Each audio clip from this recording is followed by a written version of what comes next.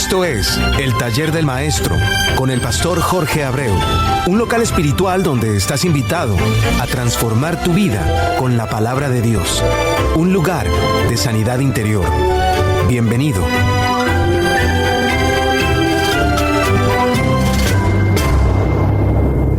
El motivo más importante que debe ser nuestra primicia en todo momento es reconocer que la palabra de Dios es la verdad absoluta.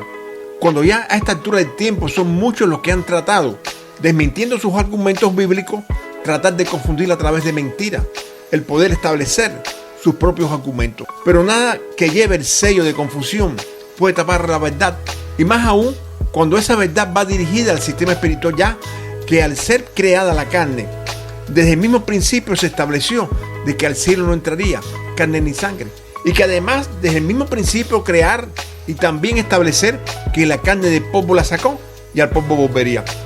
Esto nos deja ver bien claro que lo primero que se creó fue un sistema espiritual perfecto, y que además era lo que se había programado para que lo espiritual se recreara, sacando como propósito el pecado de su carne, para que llegase a su destino final, que sería el reino de Dios.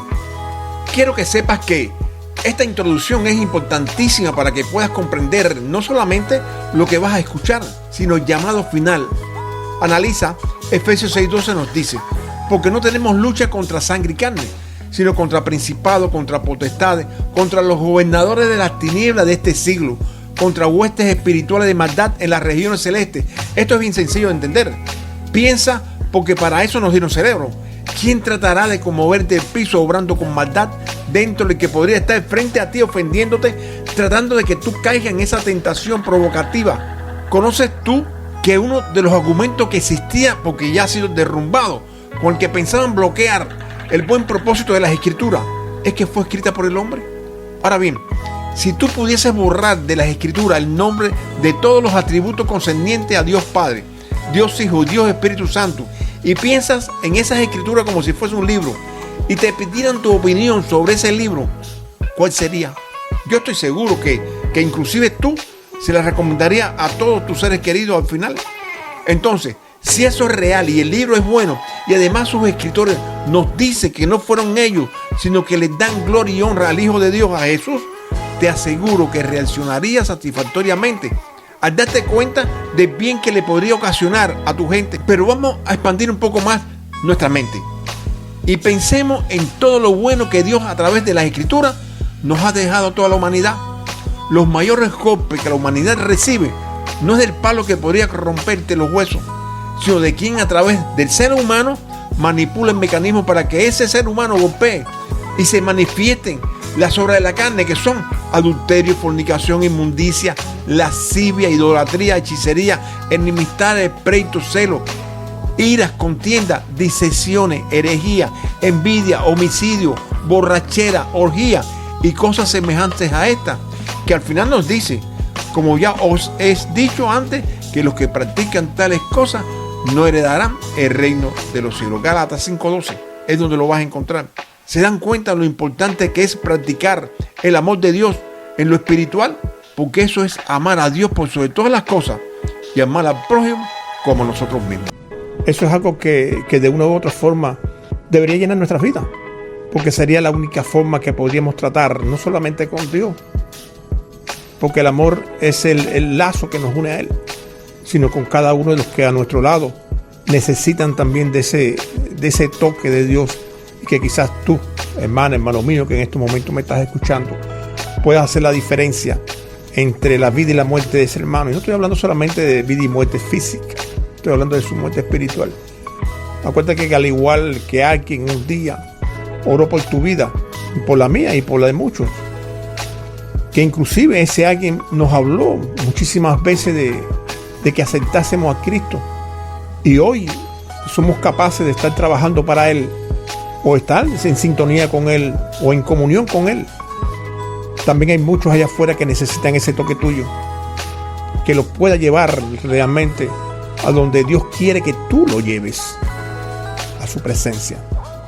Por eso, como siempre, que Dios te siga bendiciendo grande y ricamente. Soy tu hermano y amigo Jorge Abreu, que en el nombre de Jesús de Nazaret te da las gracias por estar conectado con un espacio radial, como su nombre lo indica, el taller del maestro. Y ese nombre, como te dije ahora, como su nombre lo indica, te lo voy a dejar de tarea para que tú busques su significado y para que sepas realmente a través de ese significado cómo realmente Dios puso esto para que tú hoy pudieras tener la oportunidad de entregarte o de simplemente empezar a interesar tu vida, que quizás en muchos casos la puedan tener un poco jorobada. Hoy vamos a ver los versículos del 26 al 31 del capítulo 11 del libro de Romanos. Durante el tiempo en el que hemos estado viendo los capítulos 10 y 11 de este libro, hay algo, hermano, que nos deja bien claro y que se convierte en una realidad existente para todos. La dispensación de la gracia, igual que la ley, no tiene rasgos preferenciales para nadie. Y en el caso específico de las promesas de salvación al pueblo judío, ya la vimos cumplida a través de la sangre de Jesús de Nazaret. Y hay algo especial a mencionar, tanto de la ley como de la gracia. Lo que busca es la vida eterna. De lo primero que Dios creó, el sistema interior del ser humano.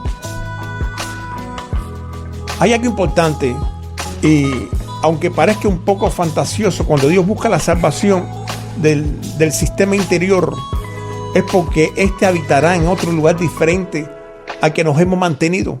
Y eso no es aquí, sino que sería en algún lugar del cielo. En el programa anterior terminamos en el 11:25, que nos decía: porque no quiero, hermanos, que ignoréis este misterio, para que no seáis arrogantes en cuanto a vosotros mismos, que ha acontecido a Israel endureciendo en parte hasta que haya entrado la plenitud de los gentiles. Esta palabra de plenitud lo señala Strong como cumplimiento, pero dentro de varios significados hay uno que me llamó mucho la atención, y es restauración. Vimos a lo largo de Génesis cómo Dios comenzó la creación después de la rebelión satánica en el cielo, que incluía inclusive la posterior caída de los ángeles, incluyendo a Lucifer. Ahora bien, mi sentir tiene una inquietud. La palabra dice que fue un tercio de los ángeles caídos, pero no dice cantidad. Pero aunque nos dice que van a entrar la plenitud de los gentiles, tampoco nos dice cuánto. El Señor nos dice que ya no hay judío ni griego, no hay esclavo ni libre, no hay varón ni mujer, porque todos vosotros sois uno en Cristo Jesús. Entonces, si analizamos esto, queda una sola respuesta, inclusive dada por el Hijo de Dios a través de Pablo, cuando nos dice en el 26 y en el 27 del capítulo 11: y luego todo Israel será salvo, como está escrito: vendrá de Sión el libertador, que apartará de Jacob la impiedad, y este será mi pacto con ellos, cuando yo quite sus pecados. Recuerda, cuando no existía ley de Dios, no existía el pecado. Al comenzar la ley de Dios, todo lo que va contrario a su ley o su palabra se convierte en pecado. Pero al no poder cumplir con lo estipulado por Dios en su ley, todos terminaron siendo pecadores. Entonces, al llegar a Jesucristo y cumplir la ley e ir al sacrificio, su sangre limpia totalmente al pueblo de Jacob de todo pecado, comenzando una nueva etapa o dispensación. ¿Por qué podemos hablar con tanta seguridad? Porque si vas al primer capítulo de Colosenses, te darás cuenta que el único autorizado para quitar pecado es Jesús, el Hijo de Dios. Ahora bien, hay una pregunta en el misterio que la sabremos al final de nuestro tiempo en la tierra y la posterior llegada al cielo. ¿Significará este cumplimiento el total o la cantidad que no sabemos que existía en el cielo antes de la caída de los ángeles? No lo sabemos. Y mientras estemos aquí abajo, no lo sabremos. Ahora, ¿cómo podría ser llamado a lo que hemos hablado restauración celestial? Igualmente no lo sabemos. Para mí, mi pensamiento es como tratar de entrar donde no me es permitido y donde no les es permitido a nadie, a no ser a alguien que Dios se lo revele en los misterios divinos de Dios. Pero lo que sí es una realidad, que la promesa de salvación a través de Jesucristo existe a través de su sangre derramada en la cruz del Calvario. ¿Para quién? Para los que crean en Él, de donde quiera que sean, griegos o judíos, esclavos o libres, hombre o mujer, pero que estén dispuestos a convertirse en pueblo de Dios. ¿Qué se necesita para eso? Convertir sus corazones de piedra, transformarlos en corazones de carne. ¿Qué nos quiere decir con corazones de carne? Corazones que generen los componentes del fruto del Espíritu, para que a través de ese fruto seamos reconocidos como pueblos de Dios. Así de sencillo. Esa es la razón por la cual seguidamente en el 28 nos dice: así que en cuanto al Evangelio, son enemigos por causa de vosotros, pero en cuanto a la elección, son amados por causa de los padres. ¿Se dan cuenta cómo siempre la idea de un solo pueblo en Dios es necesario entenderla a plenitud? Y eso significa que no hay preferencia, que la salvación es para todos a través de un solo requisito, y es el creer en Jesucristo. Pero el creer en Jesús es poner en práctica el comportamiento que la palabra de Dios nos dice que debemos de tener. Sobre todo cuando nos dice: porque irrevocables son los dones y el llamamiento de Dios. Esta idea divina, hermano, nos lleva no a lo que nosotros queremos ser, sino a lo que Dios quiere que nosotros hagamos. Y esto es importante porque fue Jesucristo el que marcó la diferencia al parar un tiempo para comenzar un nuevo tiempo. ¿Cómo funciona esto? Hay una promesa espiritual de Dios a la creación sobre descendencia que comienza en Adán y Eva, pero no en carne, sino en espíritu, cuando establece la ley de multiplicar y fructificar. Y seguiría a través de Sed, de Noé, espiritualmente hablando, y se le haría visible en Abraham cuando Dios le dijo en Génesis 15:5, y lo llevó afuera y le dijo: mira ahora al cielo y cuenta las estrellas si las puedes contar. Y le dijo: así será tu descendencia. Y se materializó en Jacob para comenzar, porque fue lo que comenzó el pueblo judío. Ahora bien, esta historia de la vida real comienza con la implantación de la ley, pero para que se pudiera cumplir tuvo que venir Jesucristo y cumplirla, para que pudiese comenzar el tiempo de gracia. Sin embargo, seguidamente Dios nos dice que los dones y el llamamiento son irrevocables. Amado, lo que Dios establece, escucha, lo que Dios establece, no hay quien lo sustituya, no hay quien lo quite. La palabra da un orden, y el comienzo es cuando nos dice que hay que ir y predicar el evangelio a todo el mundo. Entonces, todos hemos sido llamados a llevar la palabra de Dios a otros, porque esto es bien sencillo de entender. Primero, todos fuimos llamados a expandir el evangelio, y segundo, todos estamos dotados para poderlo hacer. Lo único que tenemos que hacer es desarrollarlo. ¿Te das cuenta? Dentro de esto hay algo muy sencillo que nos llevaría al abismo. Y como siempre les recuerdo, es el conocer nuestras limitaciones y nuestras debilidades, que también se hace visible en poder llevarle a otro el evangelio. ¿Por qué? Porque al igual que nadie puede dar lo que no tiene, tampoco nadie puede dar lo que no conoce que tiene. Esta es la razón, hermano, por la cual todos los que aceptan a Cristo como su Salvador, les es obligatorio conocer el porqué de esa acción. Esto es lo que nos obliga a conocer palabra de Dios. ¿Qué nos quiere decir Dios? ¿Qué nos quiso decir Dios a través de Pablo? Que la misericordia de Dios alcanzó no solamente a los gentiles, sino también a los judíos. Y eso lo vemos en los versículos siguientes, en el 30 y el 31, cuando nos dice: pues como vosotros también en otros tiempos erais desobedientes a Dios, pero ahora habéis alcanzado misericordia. ¿Y sabe por qué? Por la desobediencia de ellos. Así también estos ahora han sido desobedientes para que por la misericordia concedida a vosotros, ellos también alcancen misericordia. Aparentemente, este 30 y 31 parece como si fuera un trabalengua. La palabra nos dice que todos somos pecadores y por eso todos estamos exentos de la gloria de Dios. ¿Qué nos quiere decir el Señor? Que tanto judíos como griegos son partícipes de su gloria, pero a través de sus méritos. Hermano, aunque no lo creas, a pesar de que creas en Cristo, tú tienes que entrar a través de los méritos, a través de tu fruto. Tú no puedes ser, como decimos nosotros en Cuba, un tarambana. Y porque tú crees en Cristo, ya tú crees que ya te lo ganaste. Tú puedes creer en Cristo, y sin embargo hay muchos que creen en Cristo y desgraciadamente,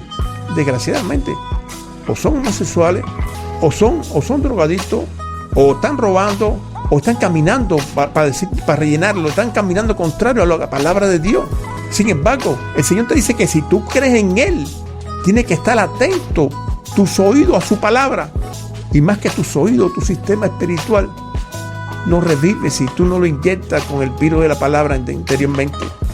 ¿Se dan cuenta cómo los últimos dos versículos que hemos visto hoy nos dice cómo todos los atributos divinos están disponibles tanto para griego como para judío?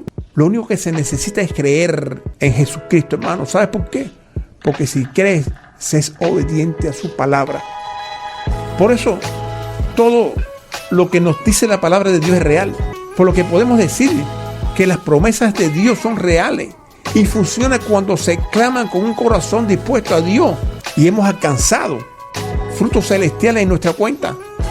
Hermano, esa es la razón por la cual cuando los miembros de la familia celestial unidos clamamos a una misma voz sin contienda e igualmente con un corazón amoroso y dispuesto a Dios, y no solamente a Dios, y a los hombres, Satanás tiembla. ¿Se dan cuenta? Satanás tiembla cuando nosotros estamos realmente conectados al corazón de Dios. Ahora bien, todo milagro que fue realizado por Jesús de Nazaret han sido grandiosos y nos ha servido de estímulo a lo largo del tiempo a todos. Pero voy a especificar uno de los que todos conocemos y que ha llamado la atención de quienes lo escuchan, y es la resurrección de Lázaro. Esta resurrección, para los que no la conocen, fue también establecida, fue hecha por Jesucristo. Ahora visualiza, como dice la palabra, visualiza a Jesús sentado en la roca, llegando a su encuentro Marta y más tarde María y los amigos de ellos clamando, a punto que Jesús lloró. Este es el versículo más chiquito de la Biblia. Esto te lo digo porque tampoco los milagros de Dios pueden ser preferenciales para el hombre, porque todos van a resolver en un momento determinado una situación problemática en el ser humano. El milagro, hermano, el milagro en general, y se necesita que lo entendamos, se realiza no solamente para quedarse como semilla solitaria sin dar fruto. Y un ejemplo de esto es que podemos ver la resurrección de ese mismo milagro en la vida de muchos de los que nos rodean. Y eso queda como fruto de esa misma semilla que se sembró a través del milagro de la resurrección de Lázaro. Piensa, el amado podría hoy retirar la piedra que tiene sepultado tu gran sueño. ¿Tú lo crees? Entonces clama. Claro que sí.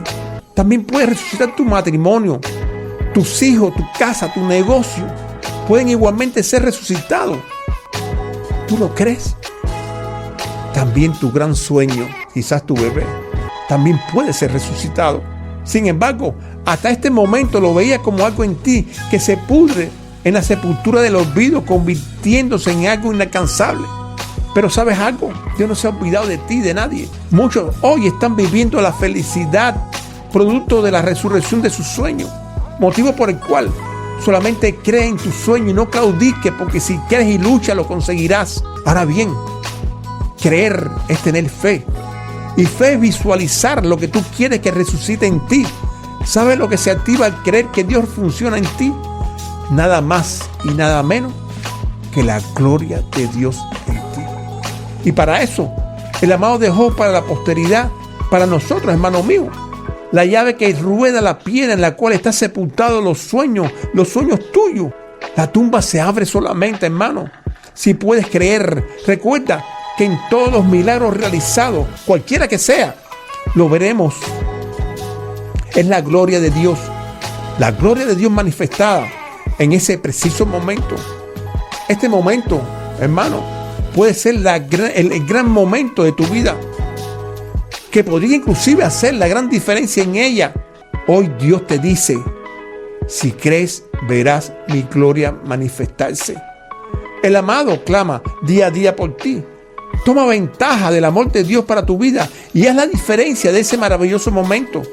¿No has tenido todavía tu gran encuentro con el Señor?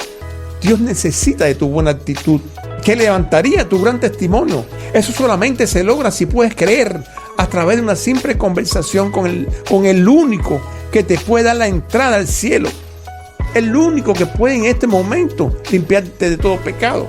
El Hijo de Dios, Jesucristo. Existen dos ideas divinas que nos hablan y al mismo tiempo nos enseñan la entrada a ese maravilloso mundo de Dios. El primero nos dice en Efesios 2, 8, 9: porque por gracia sois salvos por medio de la fe. Y esta no de vosotros, pues es un don de Dios, y no por obra para que nadie se gloríe. ¿Qué te quiere decir esto?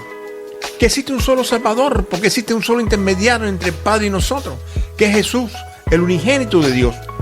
Pero además que tú podrás entregarle a muchos todo tu dinero e inclusive una rastra cargada de pan con jamón debajo de los puentes, que no has hecho nada, solamente es una simple oración creyendo en Jesús, la que te salvará. Y eso lo verás cuando nos dice: yo soy el camino y la verdad y la vida, y nadie viene al Padre si no es por mí. La oración de culpabilidad, hermano, con la cual te entregas a Dios, es el comienzo de la salvación. Pero el momento de aceptarlo a través de esa simple oración, ya al mismo tiempo es tu comenzar a cambiar. Porque si tienes tu corazón adulterado por el odio, el rencor o cualquier cosa más, cuando te revisan tu corazón, no estás haciendo nada, aunque la palabra de salvación que quedó en ti, escucharlo, y te vas a encontrar de nuevo en esta misma posición en la que hoy te encuentras, de volver a hacer la oración de salvación. Escucha lo que Romanos 10, 8, 9 nos dice, y te la voy a personalizar para que la entiendas mejor. Más que dice: cerca de ti está la palabra, en tu boca y en tu corazón. Esta es la palabra de fe que predicamos, que si tú, personalizado, que si tú confesares con tu boca que Jesús es el Señor y creyeres en tu corazón que Dios le levantó de los muertos, serás salvo. Porque con el corazón se cree para justicia, pero con la boca se confiesa para salvación. La oración que harás es una oración de arrepentimiento, la cual se supone que tú, cuando hagas y al arrepentirte de los pecados cometidos, ya no lo harás más. Y tendrás sumo cuidado de no cometer más ninguno. Ahora bien, o si tienes internet, busca biblia.com, amén, amén, amén, y trata de entenderla para ti. Te aconsejo que no trates de interpretarla para nadie, sino para ti. La palabra nos dice que nadie es profeta en su tierra, razón por la cual nuestra tendencia es ver el pecado de otro y no el nuestro. Pero nosotros, para poderle pasar esta bendición de salvación a otros, primero tenemos que asumirla para nosotros, ya convertido, y después entregársela a otro. ¿Listo? Repite conmigo: Jesús, amado Dios, vengo delante de su presencia pidiéndole perdón por mis pecados. Me arrepiento, Señor, no solamente del daño que a otros le he hecho al pecar contra ellos, sino los que a mí mismo me han dañado. Tengo necesidad de pertenecer a su pueblo para llamarle papá y poderme llamar hijo. Gracias, Señor. Amén. Recuérdate, en YouTube me puedes encontrar por @Jorge B. Abreu. Encuentra de nuevo el número 183 y entrégate a Dios. si hoy no lo quisiste hacer.